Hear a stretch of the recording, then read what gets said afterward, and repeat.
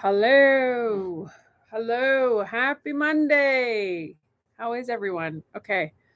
Let's get all sorted here. I'm still pretty new at this YouTube thing. What a day. What a week. What a weekend. Thank you for joining me. This is Michelle Ferreri's channel, Thinking Out Loud, and it is Monday, January 26th, 12:34 p.m. Eastern Standard Time when I record this. Not sure when you're watching it. Thank you for tuning in. Thank you for your comments. Thank you for your feedback. It's been quite a time. So today will be the first day back into Parliament for members of Parliament. They've been off on hiatus. A lot of people actually say that members of Parliament don't work, but that's actually at the discretion of the member of Parliament. I can tell you, when I was a member of Parliament, when we had our constituency weeks, they were busier than when I was in Ottawa, because you're ultimately doing two full-time jobs. So I think that sometimes not placed in the right spot, but there are many members of Parliament who don't use it to work.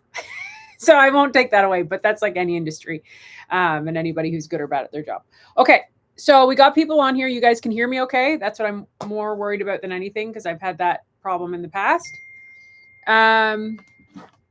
Okay, so here we go. A couple things I want to talk about in this YouTube video. Obviously, today Mark Carney made a big announcement in Ottawa at a grocery store in front of groceries without any grocery prices behind him to tell you how he's going to make your life more affordable. And I have some pretty serious thoughts on that, which is bananas.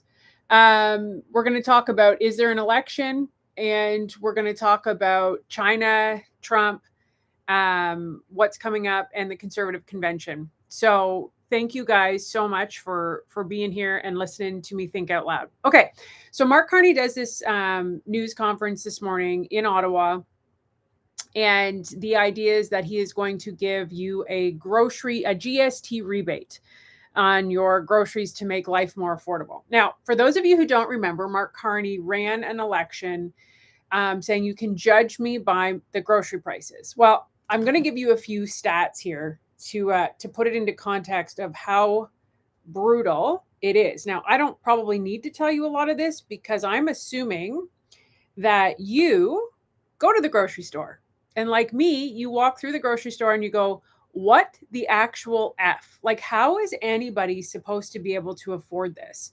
And that's why, it's just crazy. Like, I look at my parents who are seniors, and they're driving from this store to that store to this store to try to save, 50 cents here, 70 cents here. I know food banks, in terms of, this is the highest they've ever had in history. Children making up a third of all their users, right? Like seniors who are on fixed incomes. I told this story. One of the very first questions I had in the House of Commons when I was elected was, I went and knocked on a gentleman's door. So this is 2021 when I ran, and I'll never forget it. And I knocked on the door, and he came out, and he was a senior, and he was really disheveled, and he was really struggling. And I said, "How you doing, sir?" Blah, blah, blah. And anyway, we got talking, and he said, this is crazy to say out loud. He said, "I'm eating cat food." And that was a really wild moment for me, because I was like, what is going on? Now, obviously, I followed up with local community care, and this guy, obviously, I think he was obviously struggling possibly with dementia too. I don't know. But like it's just so brutal. It's so brutal. And, my son and I were at the grocery store the other day, and I was just like, what happened? Like, I was looking at frozen berries, and they were like $18. And I'm like, this is crazy. Now, I also had the chance, when I was a member of Parliament, to travel across the country, and I would go up to Newfoundland. Like they don't even have fresh produce. Like, the cost of food there is crazy. When I was in Iqaluit, like, that was probably the most insane thing I'd ever seen in my life. And my kids had got a chance to see that. So in Iqaluit, there was a Like everything is just outrageous. Like a case of water was $70. A pack of Oreos was 30. Like it was crazy. Like it was actually insane. And so I've worked with a lot of food banks. I've covered this for years, long before I was in politics. And the food bank experience is, I did this video a long time ago, and I would tell anybody to I think all schools should actually do this, to put you through the experience of using a food bank. And it really allows you to understand the tough choices people are making. And the things that you take for granted in groceries, right? So soaps, shampoos, hygiene products, toothpaste, deodorant, like it's really, really tough. Like people are truly, truly struggling. So here's what happened. Okay. I just want to tell you, Mark Carney wanted to be judged on the grocery prices. Now, the other thing that I want you to remember is, I don't know if you guys remember this, but during a debate, I think it was in the leadership debate. I can't remember right now. So I'm being distracted by my hair because it's sticking up. And I think it was in the leadership debate. And Mark Carney said he had no idea how much a bag of groceries was, because he doesn't do the grocery shopping. So there's your first problem.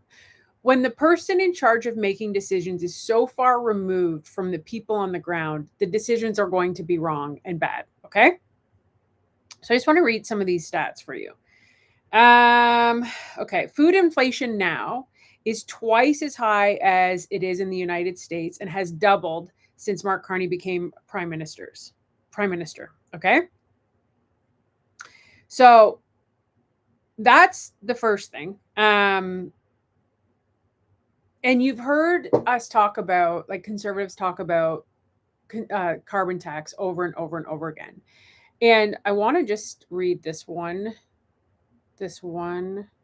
tweet. Like one of the things, like baby formula is under lock and key. Like this hour has 22 minutes is doing skits on this because it's so insane. Coffee is up. I think it's like some crazy number, like almost 50%. Like basics, like chicken, beef, like it's insane. Like I don't know how people are handling this. So I just want to read you this guy here, because I think he's exactly right. So if you guys aren't following the food professor, this is Sylvain Charlebois. He's very, very good, and he's always ahead of his time and is always calling these things out before. But he says, this is his tweet: PM Carney to announce more GST credits today in a grocery store. Great. But instead of sending more cash, which risks inflating food prices even more, why not cut the GST on food altogether? A GST cut would lower prices at the checkout immediately for all Canadians, not just some, not later, not via bureaucracy. Do you know what's crazy about this is, like in the December, the Liberals ran this like cut the tax on groceries. So then the Conservatives, they did it. And you can see, like, if you were to look at a graph, like the cost of food went down significantly. And then as soon as it came back on, it jumped up. And I remember watching in the House of Commons, the Liberals, the Conservatives put forward a motion to remove all tax on food. And the Liberals stood up over and over and over again. There's no tax on food. There's no tax on groceries. There's no tax on groceries. But you're giving they just talk out of both sides of their mouth. Like, I don't know what else to say. Okay, so how do you fix this? How do you actually fix this, and what does it all mean? Okay, so let's break it down. So I told you that Food Banks Canada has been ringing the alarm bells. The report card is bananas. Like, children are going hungry. So this is classic. So the Liberals create said problem, which is inflation, spending with no accountability, money going into the atmosphere, into the ether to their friends and family, green slush funds for green activist programs that don't even exist, arrive scam apps, like crazy spending on things that don't even matter. I mean, there's so much that I won't even get into half of it. So they create this inflation. Inflationary spending is the term you'll hear. Okay. So they spend on things that have no return on investment. A lot of it is there's no accountability. There's no checks and balances. Let's just use homelessness for an example. They spent $4.5 billion to reduce homelessness. It's increased 100%. So they have no return on investment. They spend, spend, spend. And remember, the government does not have any money. It has your money. That is the only way that it does this. So they create this problem where we have the highest food prices in the G7. Inflation is out of control. We have the highest number of people using food banks in history. And then they come along and they go, oh, we have a solution. We're going to help you. My gosh, you guys are really struggling. How did that happen? We're going to help you. And so they create the problem. Then they give you some BS Band-Aid to said problem and try to make themselves look like the heroes. Like we see this over and over and over and over again, right? And once you see it, you can't unsee it. It's a pattern. But the problem is that the Joe Blow voter who's not paying any attention because they're literally trying to survive. So Mr. Carney, you know, when you said Canadians are thriving, not sure who you're talking to, because they're not. They're actually trying to survive. They're using food banks. If you maybe went to the grocery store once in your life, or maybe left the grocery prices on when you're doing a press conference about grocery prices. So these people are literally in survival mode. The Liberal government comes along. They created this problem, but then they deposit a check into your bank account. So you need that money. You need it. Like nobody is going to take away that you need that money. So you do it and you're like, oh, they're helping me. And then they vote Liberal again because they need that money. They become dependent. You're creating a dependent society rather than a society where you have free market, where the prices can actually come down, where you're actually supporting a farmer, not putting a farmer into bankruptcy. Because if the farmers are going into bankruptcy, guess what's going to happen to the prices of food? So this is why you have this situation, because people aren't even paying attention because they're in survival mode. If somebody comes up to you, this is why the China deal was so bizarre. Like, I don't blame anybody. Like, how many of you have bought, especially women, have bought off of Shein? Like, you don't have the money to go support your local store, even though you know it's better. You're supporting your local business when the same shirt at Shein is $16, but that shirt over at the local store is $80. Right. And so this is what the Liberals do. They create the problem. They come in on their high horse and pretend that they're going to give you the solution, but they created the problem. It's like the most abusive relationship I've ever seen in my life. And they make you weak and dependent.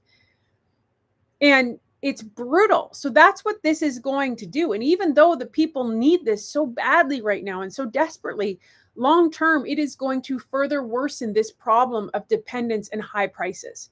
It's not going to fix it. So one of the simplest and easiest ways to fix this, John Barlow, he is the critic for the Conservatives, one of the brightest, shiniest stars I've ever seen, and also just an incredible human. I know John, he's a friend, he's incredible, and he's so articulate and smart. And he's a Conservative MP out in Alberta and Foothills. And he did this video recently, and you have to go watch it because it truly breaks down what has happened in terms of why food is so expensive. And it all comes down to, you guessed it, fuel prices, carbon tax, industrial carbon tax. Right now, farmers are being squeezed more than they've ever been, ever. They're losing money at exponential rates. And John breaks down all of these facts, all of this data. So when you hurt the farmer, you are hurting food production, which is in essence hurting the ability to be able to afford food. Okay. So how do you fix it? Right now, the Liberals have put on another carbon tax that is driving up fuel prices 17 cents a liter. So when you tax that, like anybody who knows anything about business, it is all downloaded to the customer. Somebody has to pay for it somewhere. There's not just like some ether of money. Somebody has to cover those costs, and it's the customer. So when you tax the farmer, right, then the farmer then it gets downloaded onto the trucker, right? The trucker then has to pick up the stuff and take it to the grocery store. So now the truck has more money, he has more costs. Then he takes it to the grocery store owner has more costs. Then boom, you pay for it. So there's concrete solutions. And today, I think you're going to see this from the Conservatives in the House of Commons today, which, by the way, Mark Carney's not showing up to because he's busy. He's got other things to do. Oh, I want to tell you another thing, too, before I sign off. Okay. So here's what the Conservatives proposed. This is what was put out. Conservatives provided real solutions, which Carney Liberals voted down, which was to get rid of the Liberal food packaging tax, which is crazy. Like, why do we have all this packaging on food? It's bananas. It's also anti-environmental, but whatever. The Liberal fuel standard tax that adds 17 cents per liter of gas, the Liberal industrial carbon tax, and reversing inflationary Liberal deficits. So this is crazy. Okay, so I want to give you some of these facts while I have it here in front of me. So this morning, Prime Minister Carney launched a boost to the GST credit, and he called the Canada Groceries and Essentials Benefit quarterly GST payments that will see an increase of 25% over the next 5 years, and will also include a one-time top-up of 50% this June. A family of four will receive up to $1,890 this year, which with the increases compared to $1,100 this year, a year as the credit exists now. A single person, meanwhile, would receive $950 this year compared to $540. Justin Trudeau announced a similar policy of doubling the same tax credit in 2022, which did nothing. In fact, it furthered the affordability crisis. So under the Liberals right now, food inflation is now the highest in the G7. They're up 6.2% with groceries, 5% and restaurant meals up 8.5% year over year. Carney's $78.3 billion deficit has turned Canada into the food inflation capital of the G7. An average family of four will expect to pay $1,000 extra for groceries this year. A quarter of Canadian households were considered food insecure, and nearly 2.2 million people visited the food banks. 30% of students are skipping meals because they can't afford to eat. And it is now estimated that it will cost $17,600 to feed a family of four, which is $1,000 more than last year. And according to MNP's latest report, 71% of Canadians anticipate higher living costs heading into 2026, with 41% of Canadians now saying they're $200 or less away from bankruptcy. So, and then you have all these prices of everything. Oh, here's the coffee. Yeah, 27% year over year increase. So this is what's happening. And it's really bananas. So today, when he held this press conference to announce this, a couple of things. He stood in front of this grocery store with no grocery prices behind him because he doesn't even know. But then the reporter, good for them, I think it was Mackenzie Gray, said, "Are you going to call a spring election?" So everybody's predicting that this is like we're ramping up to election time. And I'll try to get the clip. I'm going to do a video of it and post it on my Instagram if you follow me there. And it's like he ums and he ahs and he, no, we're not doing that. We're just trying to help Canadians. And the reason Mark Carney would want an election, just so you know, so even if he was to convince somebody else to cross the floor, which I don't think he will, but say he did, it's not enough. It's not enough to do sweeping changes. So the way Mark Carney works is he's very much like a CEO. They call it technocratic style, right? Managerial style. He puts in, without debate, discussion, he pushes things through. And so when you have a majority government, that's what he wants to do. So he needs like another 10, 12 seats to really do that. The second reason he would want an election is because the economy is going to continue to go down and down and down. Like I just had another person message me this morning and say, Michelle, I can't tell you this publicly, but one of our biggest retailers within my store is leaving Canada. It's just like there's a mass exodus, right? And people are losing jobs. The unemployment rate is going up. And so that's going to be reflective of Mark Carney's inability to deliver what he promised. The tariffs continue to be this massive threat. He hasn't been able to get a deal that he promised. That was like his number one promise. Our Arctic sovereignty is at risk. Affordability is going up. Groceries are going up. So that's why he would want an election. And so when he was asked this at the press conference, you could tell he was like, Now, the last thing I want to say before I sign off, because I got a message right before I did this video. And I want to just leave this with you to think about. So I just got this message. It's a CBC article, and it says Toyota signals commitment to Ontario auto workers as new generation RAV4 rolls out. So Toyota, despite all of the craziness that's happening in the auto manufacturing world, with Carney saying he's having a trade deal with China and then saying he's not having a trade deal with China to appease the president. Like the guy talks out of both sides of his mouth. He doesn't lead to help Canadians. He does it out of bravado and theater, and he's becoming extremely predictable at this point, that his agenda is not to serve and help Canadians' lives and make life more affordable. It is to do some theater and to show I know things. Like, have you heard this guy? Like, somebody please edit this video together for me. I know things. And like, there's all these things in the House he says, and you're just like, oh my goodness, arrogance is not a good leadership quality. So anyway, Toyota signals commitment to Ontario auto workers as new generation RAV4 rolls out. So Toyota Canada employs 8,500 people between its 3 plants in southwestern Ontario. The largest automotive employer in southwestern Ontario doubled down on its commitments to Canadian workforce on Friday, despite uncertainty across other parts of the auto industry. Toyota Canada reaffirmed that commitment at a factory tour of its Woodstock, Ontario plant, where the production of the 6th generation RAV4 SUVs is underway. Now, the reason I say this is because where is Toyota based? I can't hear you, but I'm just giving you a second to answer. Japan. Okay? Toyota is based in Japan. Japan came knocking on our door when Mr. Trudeau was the prime minister and said, we would like to purchase your LNG. And Mr. Trudeau, under the advisement of Mr. Mark Carney, said, sorry, there's no business case for our LNG.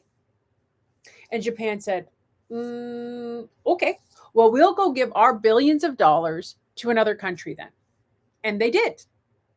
And the reason I bring this up is because clearly Toyota and Japan treat us well. They are like this perfect dance partner in terms of diversified trade and a trade partner that will serve us in a great way. And where did Mark Carney choose to go do trade? With the largest security threat known to Canada, China. Make it make sense. Make it make sense. So you have to follow the money. You have to follow who Mark Carney is. He's a globalist who doesn't have any interest in Canadian sovereignty. He has interest in his company, Brookfield. He has interest in go do a little research on where Mark Carney's from, where he's worked, and what his allegiance to Canada is. It's bananas. It's bananas. Thank you guys so much for joining me. I love yes, Moose does have the charts. I'm just reading all your stuff here. I love that you guys are on here. I will keep doing these videos as long as you want to see them. I appreciate all of the support, the shares, the subscriptions. Tell your friends, whatever you want to see more of. You can email me if I don't get to your comments. hello@michelleferreri.com. My website is michelleferreri.com. You can submit a thing there. Please help if you like this. I think it's really important that we are getting information out, helping people understand how processes work, processes. For those who are conservative, we already know, we're reading our own newspaper, but it's really important that we reach that swing voter who doesn't know or isn't as informed or is really struggling, and how these policies are ultimately going to hurt them. The Conservative Convention is coming up this weekend. I will have lots of photos, video. I will be there, and anything or anyone you want to see, let me know, and I'll try to get some information to you. I know a lot of you are following, and I appreciate your attention and you sharing and helping be the voice that we have. So I really appreciate you. Thank you guys, and we'll talk to you probably next Monday, unless I do an emergency live video, but I'll see you here next Monday. Thanks a lot.